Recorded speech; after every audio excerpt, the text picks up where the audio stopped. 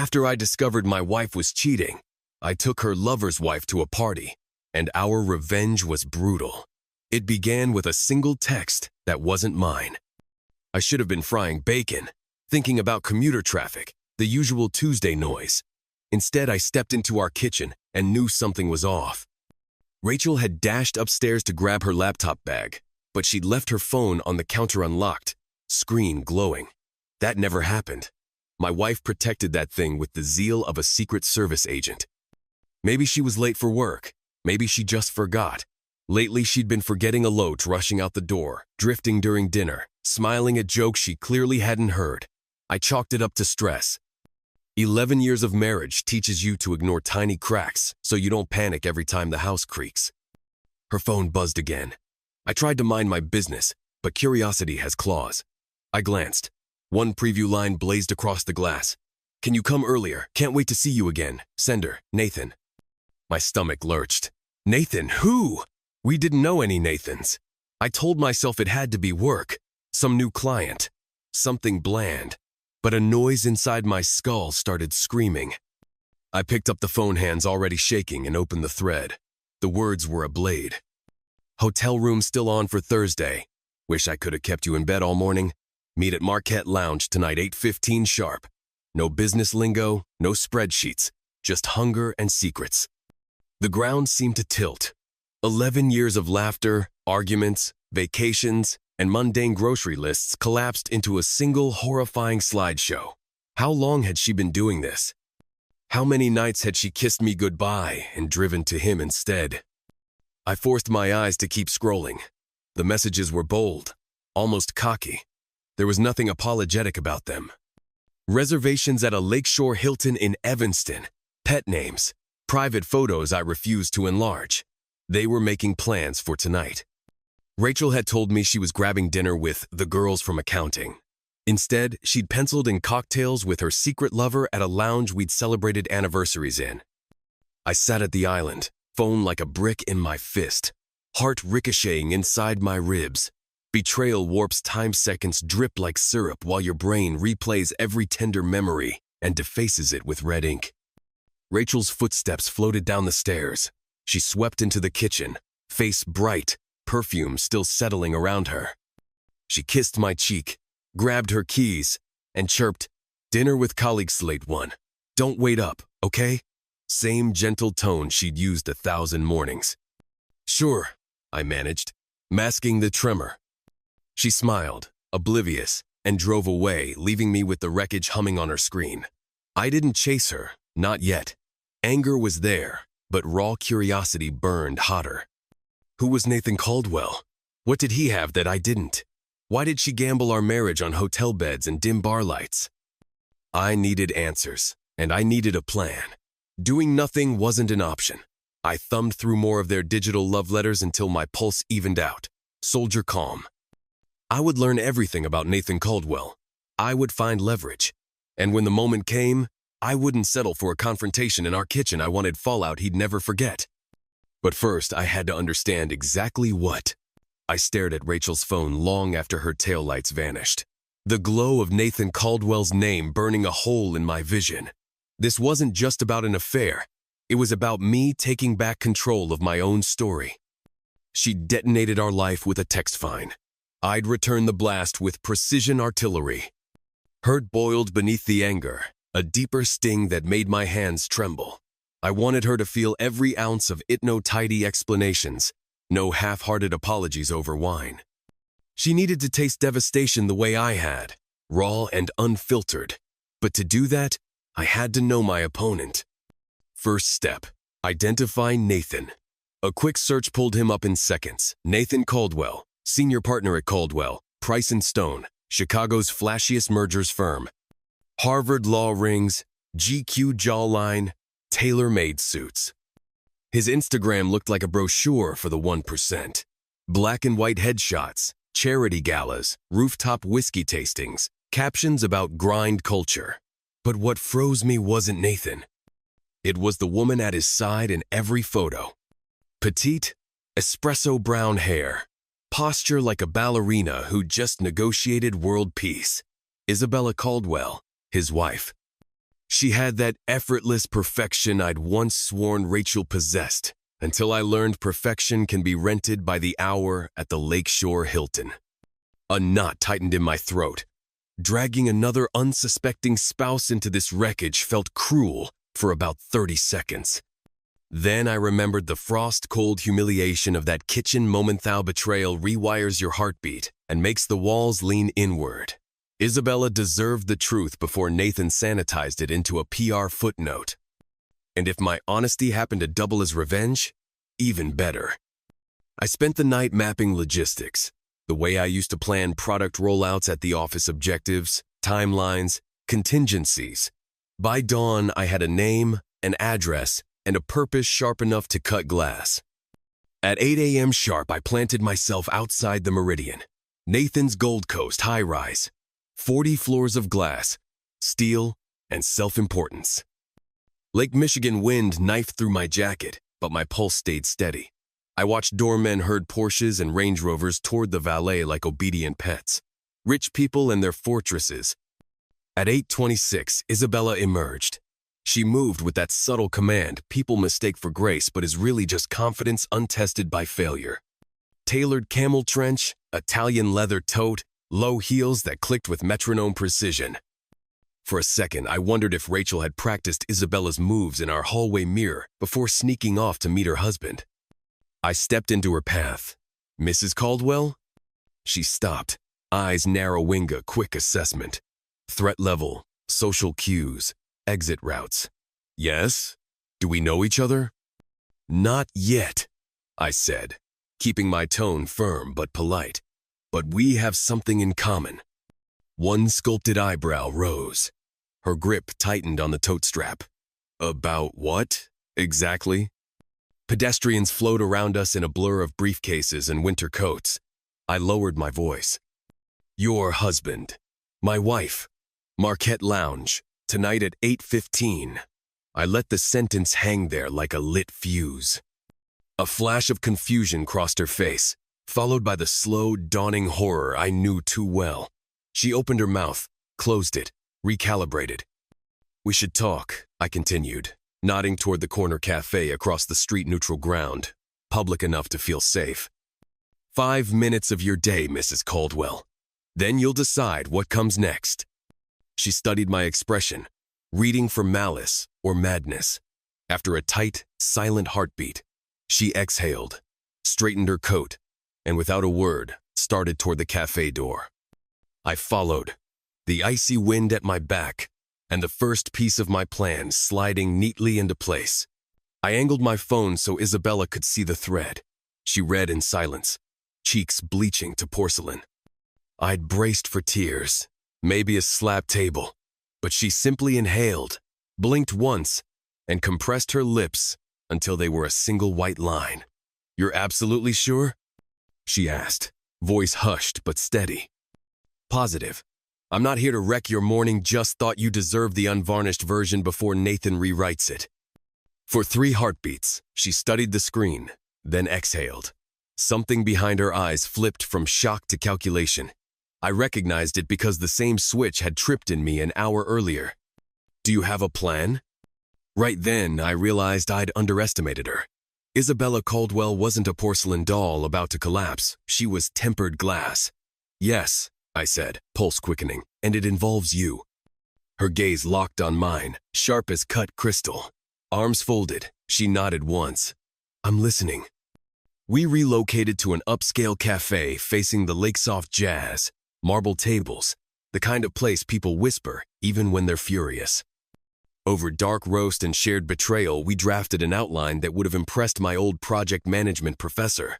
Objectives, roles, contingencies, every angle mapped. By the time we pushed back our chairs, the bitterness tasted almost sweet. The venue of execution practically chose itself. Marquette Lounge in River North, low lighting, wood-paneled booths, live sax sets that masked side conversation, a silk cocoon for discreet affairs. Exactly where Rachel and Nathan planned to meet at 8:15. We arrived together at 8:10, coats buttoned, nerves ironed flat. Isabella wore a navy sheath that looked boardroom sharp but moved like liquid. I kept to dark jeans, gray blazer blending in, yet ready to plant a flag. We slipped past the hostess, tracking the room until the target locked in our sights. Rachel leaning toward Nathan, laughing a little too loudly, his hand casual on her thigh. Seeing it in flesh, the intimacy I'd only imagined through flickering text hit like a gut punch. Isabella stiffened beside me. I felt the tension radiate off her like heat from asphalt. I didn't need to glance her way. We were both standing at the cliff's edge. "Ready?" I murmured. Her answer was satin smooth. "Let's make them sweat." We advanced with deliberate calm. Rachel's lilting laugh filled the air just as I slid into the booth beside her. I felt her whole body lock. Her smile froze mid-curve. Her fingers clawed at a cocktail napkin. Nathan, still clueless, turned, and all color drained from his face when Isabella lowered herself beside him, lips curving into a slow, razor-thin grin. "Good evening, darling," she purred.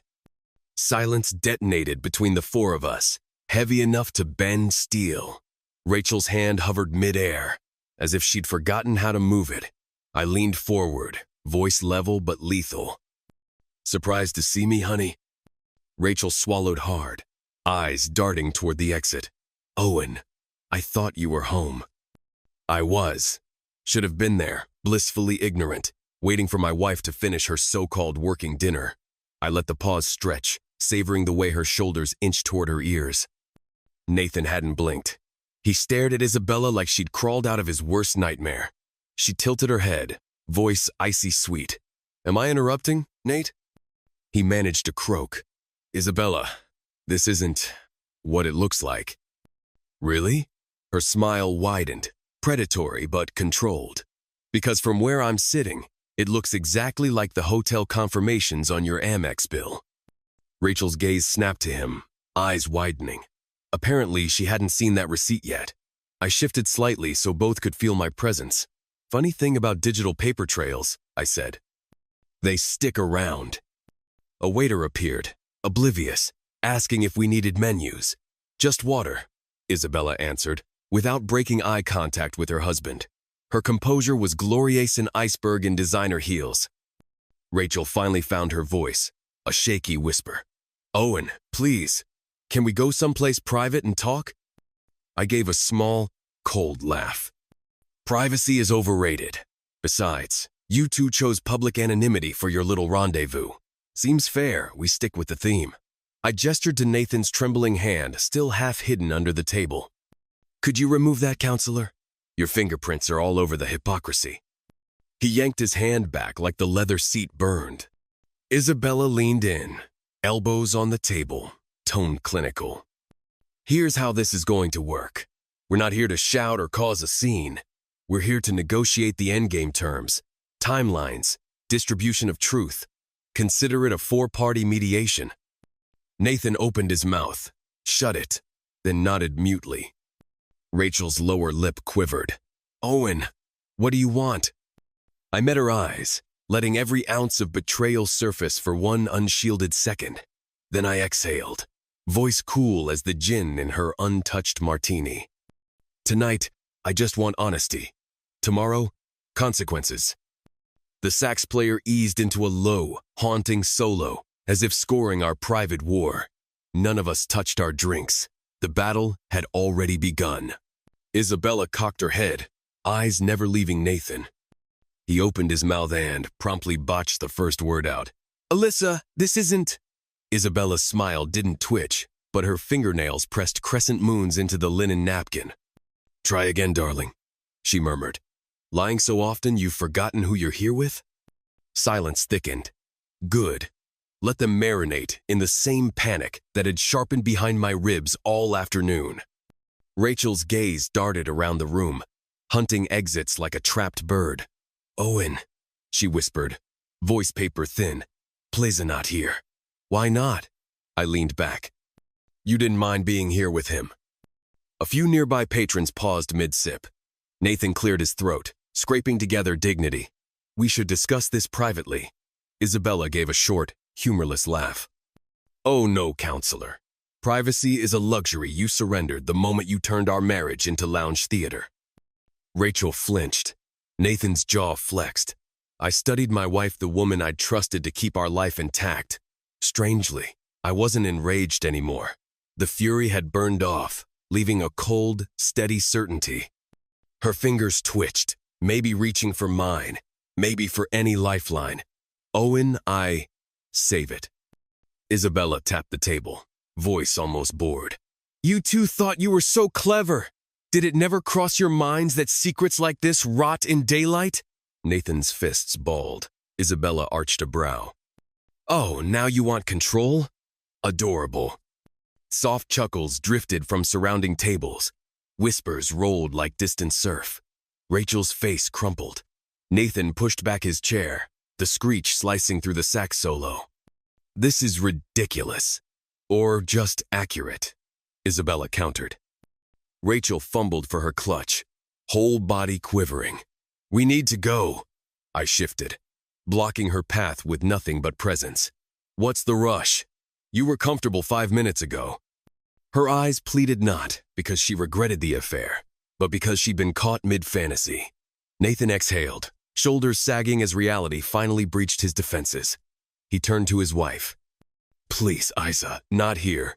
Let's talk somewhere else. She smoothed her dress, tucked a strand of hair behind her ear, and fixed him with an icy stare. You can leave, Nathan. I'm staying right here. For the first time all evening, true panic flickered across his face.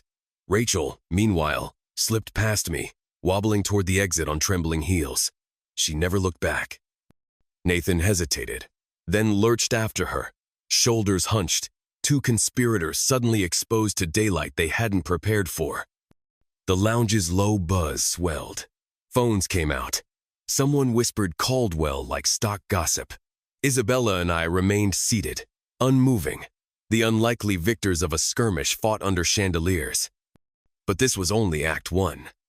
Hours later, we sat in my living room, adrenaline still crackling in our veins.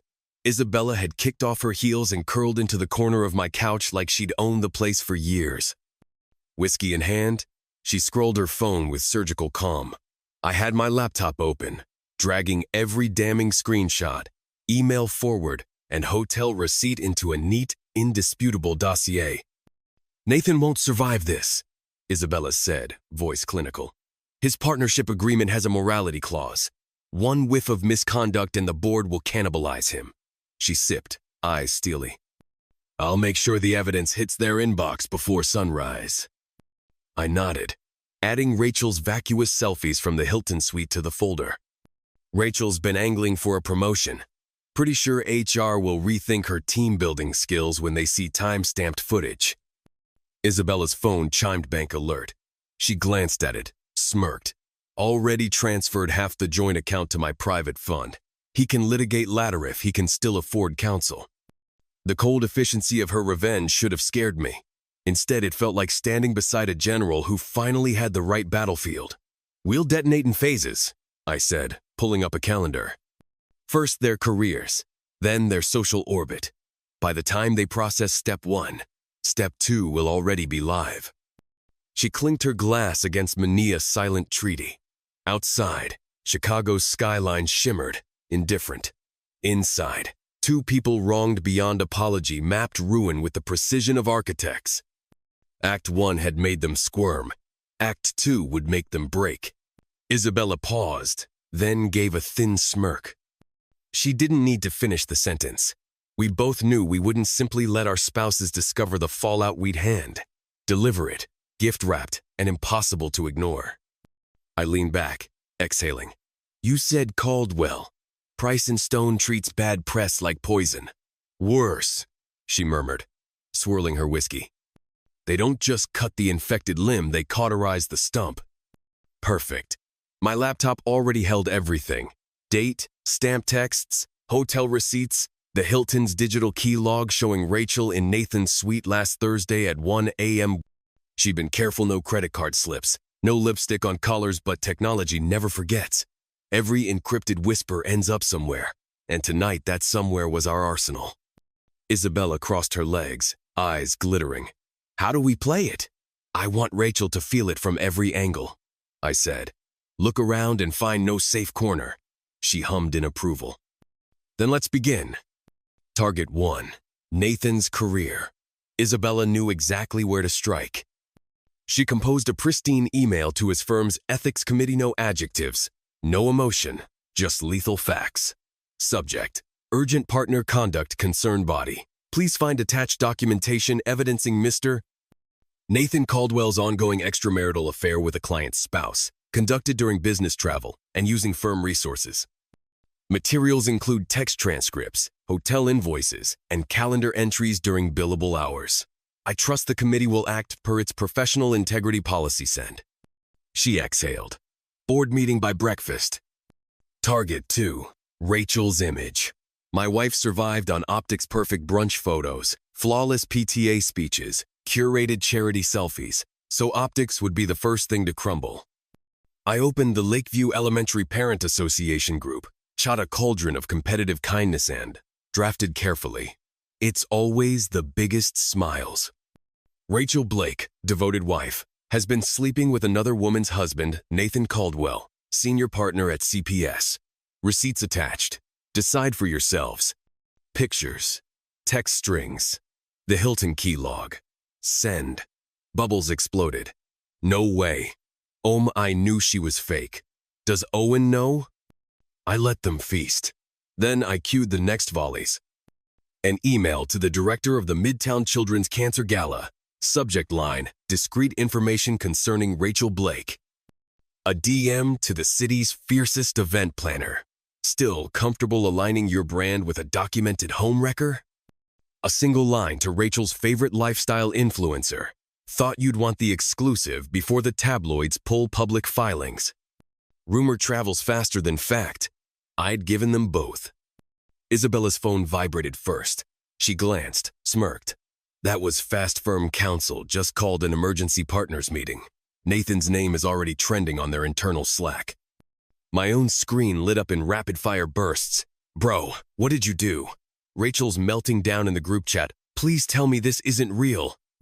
I answered none of them. This stage wasn't about explanation. It was about impact. 10 minutes later, Isabella's cell rang again, a number she recognized. She put it on speaker. Nathan's voice came through, frantic and brittle. Isabella, please, whatever you sent, we can fix this. Let's talk. She sipped her drink. You should focus on your partner's vote of confidence. I'm busy. She hung up. Almost on cue, my phone buzzed with Rachel's name. I declined. She called again, switched to voicemail, then texted a barrage of apologist screens of, I can explain, and it was a mistake. I muted the thread and glanced at Isabella. First cracks are forming, I said. Good, she replied, typing. Now we widen them. We compiled a second packet. Timelines, expense reports.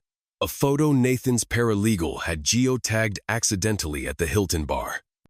Isabella scheduled it for automatic release to 3 legal ethics blogs at 7 a.m. prime news scroll time. I cued a similar drop to the local lifestyle magazine that had once crowned Rachel Chicago's most inspiring philanthropist. We sat back, screens reflecting in our glasses, the room aglow with quiet satisfaction. Outside, the city's night traffic hummed oblivious. Inside, 2 betrayed spouses orchestrated a symphony of collapse and the overture had only just begun. I wasn't finished, nowhere close. Isabella watched me for a moment, rolled her shoulders, and sighed as though settling into a comfortable chair. This is going to get ugly. That's the idea. We sat shoulder to shoulder, scrolling through phones, while the miniature worlds we just detonated crumbled in real time. For the first time in weeks, a cold quiet settled inside me. Let them scramble.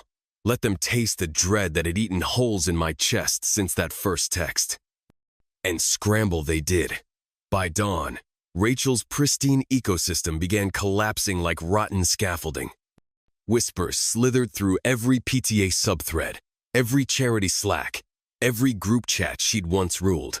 Screenshots ricocheted faster than trading algorithms. Isabella and I simply watched. Rachel rang 7 times before 8 a.m. I let every call rot in voicemail. Owen, please, this is all a mistake. People are saying awful things. We need to talk. I muted the thread. Conversation was no longer on the menu. Conclusion was. That's when Isabella, scrolling her calendar with surgeon-steady fingers, said the words that snapped everything into focus. Let's finish it at the gala. I looked up. She tapped an entry. Caldwell, Price, and Stone Charity Gala, 3 days. Everyone who matters will be there, his partners, her social set, half the city's gossip columnists. She tilted her head, brown eyes gleaming. Public, inevitable, perfect. A slow breath left my lungs. Brutal, yes, but elegance lives in timing. What's the play? Simple, Isabella said. We let them stroll into their own funeral. Nathan couldn't skip. The firm he'd disgraced was hosting. Rachel couldn't risk staying home. Isabella seeded a few strategic calls, gentle reminders that the best way to quash a rumor is to stand tall under chandeliers and act unbothered. Peer pressure did the rest. Gala night. Field Museum of Chicago Ancient Fossils, watching modern predators. I fastened the same black tux Rachel had gifted me back when love came easy. Slipped in the cufflinks she'd engraved. Let irony settle on my wrists. I wasn't just attending, I was producing. Isabella was lethal in a midnight black gown, hair in a severe twist, diamond studs catching the light like shrapnel. We arrived arm in arm, not lovers, not yet allies in the truest sense, but a united front. Conversations froze, glasses paused midair. Everyone had seen the leaks. Now the victims had stepped out of the screen. We spotted them near the marble bar. Rachel in a daring red dress over compensation, masquerading as confidence. Nathan looked 10 years older, suit flawless, shoulders caved. When their eyes found us, twin masks of terror slid into place. Isabella breathed out, steady and low. Showtime! We didn't rush. This was slow drip poison. I could feel the room's temperature drop as we crossed the floor, the parted sea of donors, the camera phones tilting. Rachel's smile quivered, then died. Nathan's jaw flexed so hard I wondered if a molar snapped. At exactly 10 p.m., 15 minutes later than the program schedule, the house lights dimmed. The master of ceremonies, a silver-tongued alderman, stepped onto the stage beneath the soaring T-Rex skeleton. Microphone in hand and blissfully ignorant, he flashed a politician's grin. Ladies and gentlemen, may I have your attention, please? Tonight we gather to celebrate integrity, generosity, and the spirit of this great city. His words floated above a room pulsing with silent anticipation. Cameras refocused, whispers swelled like storm surf, and 4 lives stood on a collision course under museum spotlights.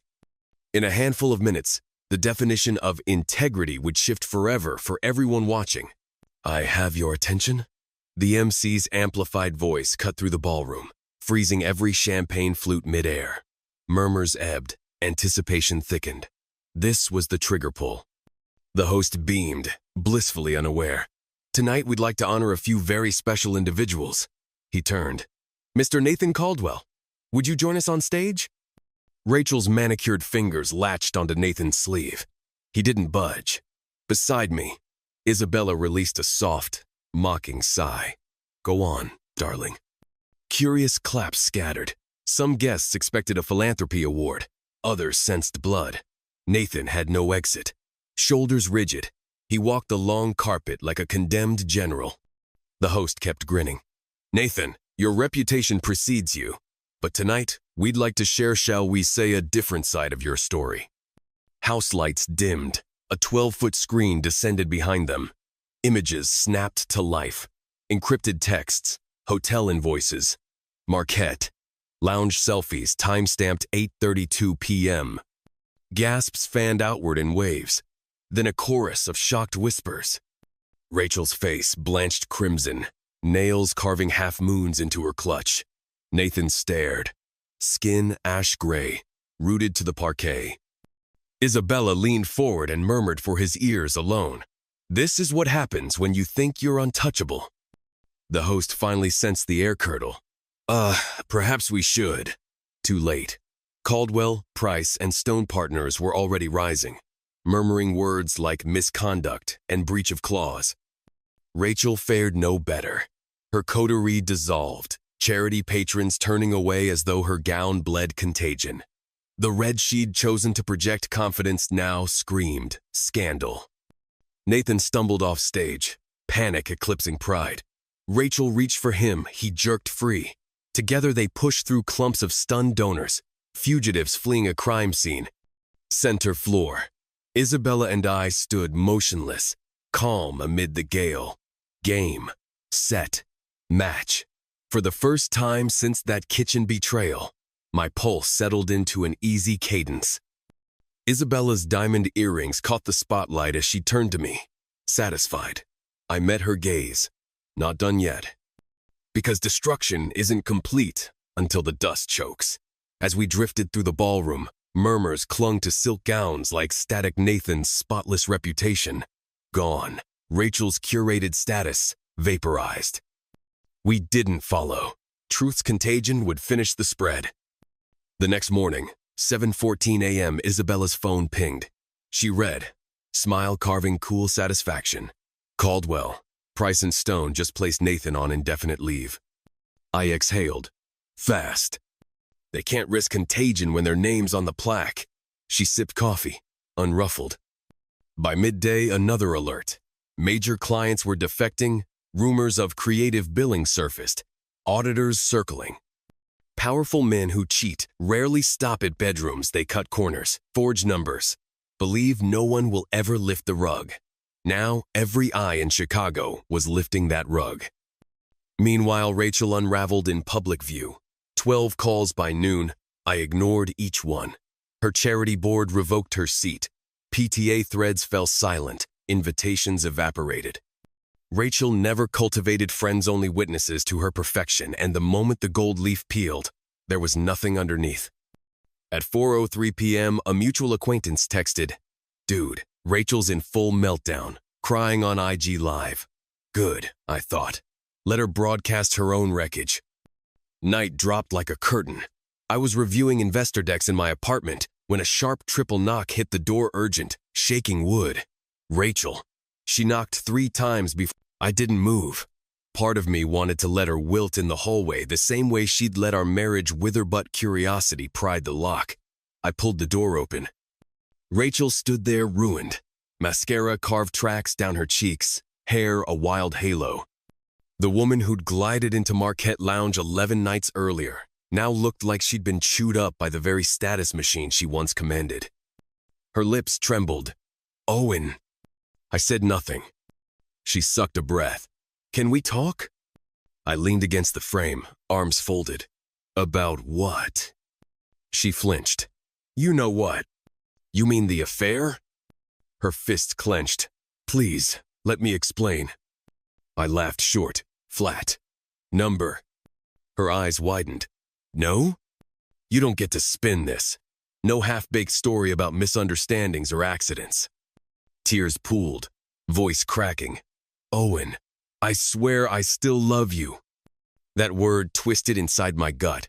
If you loved me, you wouldn't have done this. She tried again, but I cut her off. "You weren't sorry when you booked hotel rooms. You weren't sorry when you lied to my face. Let me kiss you goodnight while Nathan waited at the Hilton. Last night you were humiliated, not remorseful." Her shoulders shook. "I was stupid, selfish, it didn't mean anything." "It meant enough to gamble everything." Silence settled, broken only by her ragged breathing. Then, barely audible, "Can we fix it?" "Fix?" I echoed. The word felt foreign. "I've already filed. You'll hear from my attorney." The damn burst, she sobbed openly, mascara dripping onto her blouse. But sympathy never arrived. This wasn't a grieving spouse.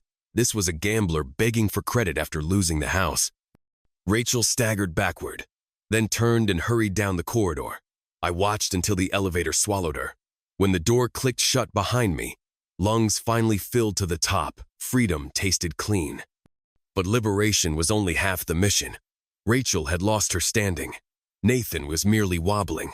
Isabella and I wanted him on the ground permanently. His identity was pure leverage, power, influence, a carefully guarded portfolio. We needed something that would gnaw at him long after headlines faded. Isabella sat on my sofa, phone glowing like a scalpel. "Public humiliation is temporary," she said, voice smooth as glass. "Financial implosion, that's forever." I nodded. "We'll crack the foundation." We started with the underbelly of Caldwell, Price, and Stone. A junior associate anonymous until Tonnet had already forwarded us questionable invoices, Nathan approved, duplicate billings, phantom consulting hours, a Cayman Islands shell used to skim travel reimbursements. We folded the files into a neat packet, labeled potential wire fraud and tax evasion evidence. Isabella prepared the drop list. U.S. Attorney's Office, Northern District of Illinois. Illinois Department of Revenue Fraud Division. 3 investigative journalists who adored Pulitzer bait. At midnight exactly, automated emails launched from an encryption relay. By dawn, subpoenas would start sprouting like weeds. Next, we pounced on liquidity. Nathan's biggest leverage was a pending merger he brokered a $200 million deal, hinging on his irreproachable reputation. Isabella arranged an anonymous tip to the acquiring CEO, attaching screenshots of internal Slack threads that now questioned Nathan's integrity. Less than an hour later, a board member replied all capital letters, "Deal on hold pending review." One pause in a deal this size bleeds investors dry. Finally, the social kill shot. A leak to Crane's Chicago business detailing Nathan's sudden leave, the halted merger, and unconfirmed allegations of billing irregularities now under federal review. The piece went live at 6:45 a.m. prime caffeine scroll time. By 8, Isabella's phone chimed. She glanced at the screen, exhaled a single satisfied note, then handed it to me. A push alert from Bloomberg. Merger collapses after partner misconduct claims. Shares down 14% pre-market. I set the phone on the table, feeling the quiet settle over us like fresh snow. Rachel's calls had stopped. Nathan's empire was listing, taking on water at every seam. Isabella raised her coffee mug. To consequences. I clinked mine against hers. Outside, the January sun crawled over the skyline, catching on the glass towers Nathan once ruled. They looked fragile, now shimmering, brittle, one hard gust away from shattering. I'd done my homework. Nathan Caldwell wasn't just an adulterer. He was a crook. A week of late-night sleuthing through FOIA portals and leaked ledgers revealed a constellation of off-book transfer slush payments to consultants, cash-heavy LLCs parked in Delaware, settlement figures that never made their way onto closing statements. Isabella had always suspected the meteoric rise. "He went from senior associate to name partner in 3 years," she said, swirling a bourbon one night. "That only happens if you're shaving corner store digits." Our next step was surgical. Isabella placed 3 discreet calls that landed us a meeting with a former paralegal from Caldwell, Price, and Stonea woman who'd quit under mysterious circumstances and was now eager to clear her conscience. Over cappuccinos, she explained how Nathan massaged outcomes. A greased judge here, a conveniently misfiled brief there. It wasn't just unethical, it was a RICO starter kit. We built a dossier thick enough to use as a doorstop. Forged invoices, client complaints buried by hush money, wire transfers routed through a Cayman trust. When Isabella hit send recipients, the Chicago Tribune Investigations Desk, DOJ white-collar unit, and Illinois' AG, the corner of her lip curled. "He's finished," she murmured. "He just doesn't know it yet." She was right. By noon the next day, every financial feed from WGN to Bloomberg was running the headline, "Partner at CPS under federal scrutiny for alleged fraud." By 5, the firm announced Nathan's indefinite suspension pending investigation. Just before midnight, his bio vanished from the CPS website like it had never existed. While Nathan was drowning, Rachel was still gasping for air. She moved out a week after the gala, boxing her curated life into neat, desperate rectangles. Friends ghosted her. Even her parents sounded ashamed when they called to confirm the address for forwarding mail. She wasn't Rachel Blake, pillar of River North. Annie Morsch was the woman who'd bet everything and lost the house. Isabella and I met for a final drink 2 nights later. She toyed with the stem of her glass, gaze drifting to the skyline. Thinking of leaving Chicago, she said. Maybe Florence for a year. Fresh start. Sounds perfect, I told her, and meant it. We clinked glasses to co-authors closing a ruthless chapter. A week after the divorce decree stamped its last page, I stood in my half-empty condo, boxes stacked like ruins of a former life. Wedding photos, resort souvenirs, sticky notes that once felt priceless, all artifacts of a history I'd outgrown. I didn't torch them. I simply didn't care enough to hate them anymore. I hadn't seen Rachel since the night she begged outside my door, mascara melting. Word filtered in through mutuals. She'd moved into her sister's guest room in Schaumburg, avoided social media, quit every board. Rock bottom has a basement, I thought. Then, 2 weeks post-divorce, an email pinged my inbox. Owen, you don't owe me anything. I just hope you find happiness. You deserve it. Rachel. No plea, no apology. Just that. I archived it without reply. Some ruptures don't need stitching. Scar tissue is stronger. Nathan's fall, on the other hand, deserved front row seating. Federal subpoenas rolled out, clients stampeded away. CPS leaked that irregularities dated back a decade. Cranes called it the swiftest implosion of a Chicago legal star in 20 years.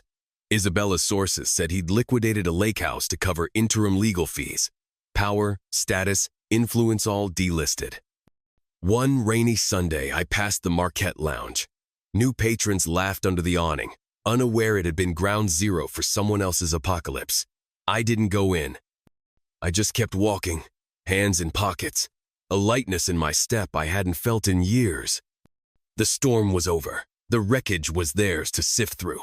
Me, I had a skyline to rediscover, and a future no longer scripted by someone else's lies. Freedom, it turns out, doesn't need revenge to sustain it.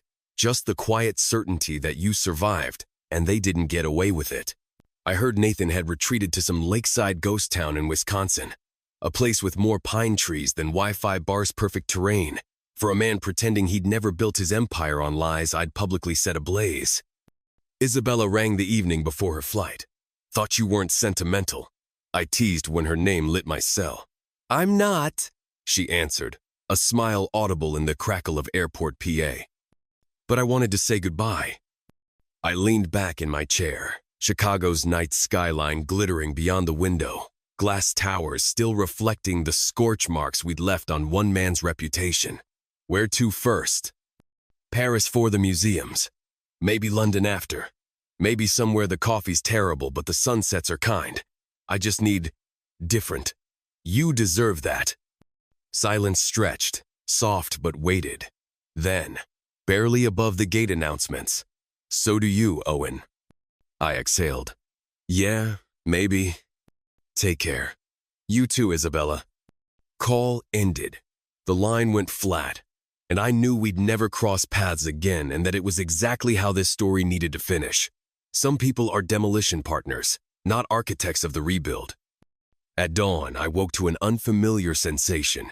Lightness, anger, betrayal, strategy all gone. Like someone had switched off background radiation I'd lived with so long I mistook it for air.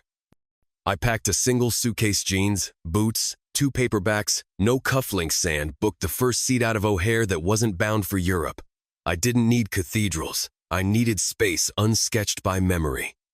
The cab rolled past the river, past Marquette Lounge's polished awning, past the Gold Coast high-rise where Rachel once spun excuses about late meetings. Glass and steel blurred into one long smear of yesterday. And I realized I wasn't that man anymore. Not the husband waiting home while his wife texted someone else goodnight. Not the man who let betrayal carve him hollow. I was the man who'd taken back the narrative. 30,000 feet up, Chicago shrank to glittering circuitry. I stared out the window, feeling the jet surge East Georgia, the Carolinas, maybe further. Geography didn't matter. What mattered was that every mile was clean page. The war was over. Casualties counted. The wreckage behind me belonged to those who'd earned it. For the first time since Rachel's phone buzzed on our countertop, my pulse wasn't a metronome of rage. I wasn't flinching at shadows, rehearsing confrontations in the shower. measuring caffeine by how well it smothered dread. Freedom, it turned out, was strangely quiet. Rachel had melted into a footnote no calls since that hallway breakdown. No dramatic pleas. Word drifted in from mutual acquaintances that she was holed up in her sister's spare bedroom in Schaumburg, skipping therapy appointments she claimed to attend. Scrolling past headlines about Nathan's investigation, she pretended not to read. The River North socialite had become an invisible commuter on a metro line nobody posts on Instagram. A month after the divorce decree stamped final, an email slipped through my filters. "Oh, Annie, no, you don't owe me a response. Just wanted to say I hope you find happiness. You deserve it, Rachel." No apology. No attempt to stitch the unstitchable. I hovered over reply, then closed the laptop. Some doors are meant to stay sealed. Nathan's dissent kept feeding the news cycle. Federal subpoenas, seized hard drives, a photo of him exiting the Dirksen courthouse looking like he'd aged a decade in a week. Isabella texted me the link from whatever Paris cafe she'd claimed as her war room. "Justice looks good on him." I replied with a thumbs up and set the phone face down. His saga no longer needed my attention. Gravity would keep pulling. The plane touched down in Savannah just after noon, humid air, magnolia trees, a skyline that never heard of our Chicago melodrama. I stepped onto the jet bridge, backpack slung over one shoulder, and felt the weight of everything I wasn't carrying. No cufflinks, no dossiers, no ghosts. Outside, a rental sedan idled in the sun. I slid behind the wheel, pointed south, rolled down the windows, and let warm air rush in. Somewhere along that coastal highway, I'd decide where to sleep. Maybe Jacksonville. Maybe a beach motel that smelled like sunscreen and second chances. What mattered was the movement, the forward pullant, the realization that power reclaimed is lighter than revenge achieved. With the road unspooling ahead and salt wind lifting the stale air from my lungs, I finally understood. The story wasn't about what Rachel and Nathan destroyed. It was about what I chose to build next. And the next mile marker was already rising on the horizon, bright and clean under a sky that no longer felt like a ceiling. "Owen, I know you don't owe me anything, but I hope you find happiness. You deserve it, Rachel." I stared at the email until my screen dimmed. Then I dragged it to trash. No reply, no second chances. Some stories don't earn an epilogue. Nathan's collapse, on the other hand, played out like a season finale. The DOJ subpoenas turned up everything. Shell payments, falsified escrow ledgers, discovery tampering. CPS petitioned the bar for his immediate disbarment. The state obliged. Clients bolted. The merger died. And by week's end, every scrap of Caldwell branding was scrubbed from the firm's lobby. His wife froze their joint accounts and left the Gold Coast penthouse empty except for process servers. Last rumor placed him hiding out in a rented cabin on Lake Superior poor cell service. Good place to practice denial. He'd built a kingdom on leverage. All I had to do was tip one pillar and watch gravity finish the job. Isabella called the night before she flew out. I'd just tossed the last of Rachel's wine glasses into a donation box when her name lit up. "Thought you weren't the sentimental type," I told her. "I'm not," she laughed. Background noise of O'Hare's security line fading in and out. But I wanted to say goodbye. Where to first? Paris. Maybe London after. Maybe nowhere for a while, I'm letting the ticket tell me. You deserve the latitude. She went quiet, then softer. So do you. We lingered in that easy hush that only exists between co-conspirators who've torched the same bridge. Some people stride into your life to help you detonate what was killing you. They rarely stick around to pour the concrete of whatever comes next. And that's fine. She had horizons to chase that didn't include rubble. Take care, Owen. You too, Isabella. The line died, and with it, the last tether to the operation. I woke before sunrise and realized my chest felt weightless, no buzz of dread, no mental autopsies of text threads, no phantom vibration where trust used to live. The war was over, and I'd walked out of the smoke under my own power. I threw essentials into a single carry-on: jeans, boots, 3 t-shirts, a dog-eared novel, and booked the first flight headed somewhere warm. Somewhere with no skyline tall enough to cast Rachel-shaped shadows. Miami? Maybe. Savannah? Why not? Destination mattered less than distance. The cab ride to Midway blurred by. The lakefront where Rachel and I once jogged. The museum steps where she'd staged anniversary selfies. The Marquette Lounge marquee glowing like a reminder and a warning. None of it punched anymore. It was just scenery. I wasn't the husband waiting dutifully at home while his wife texted a lover. I wasn't the man who let betrayal calcify into self-doubt. I was the guy who'd taken his narrative back and erased the parts that weren't serving him. As the plane banked south, sunlight spilled across the cabin. Chicago shrank to a chessboard of gridded streets and mirrored towers. Somewhere down there, Nathan was tallying legal fees, and Rachel was learning anonymity. That debris belonged to them. The seatbelt light pinged off. I opened the paperback and smiled at the dedication on the first page. To anyone who's ever started over. Perfect. This was chapter 1 of whatever came next. Fresh air filled the vents. A coastal breeze I hadn't met yet. I closed my eyes, felt the engines propel me toward geography without ghosts, and let the last embers of vengeance cool to ash. I wasn't running. I was arriving at the uncomplicated freedom of having nothing left to prove and no one left to forgive, least of all myself.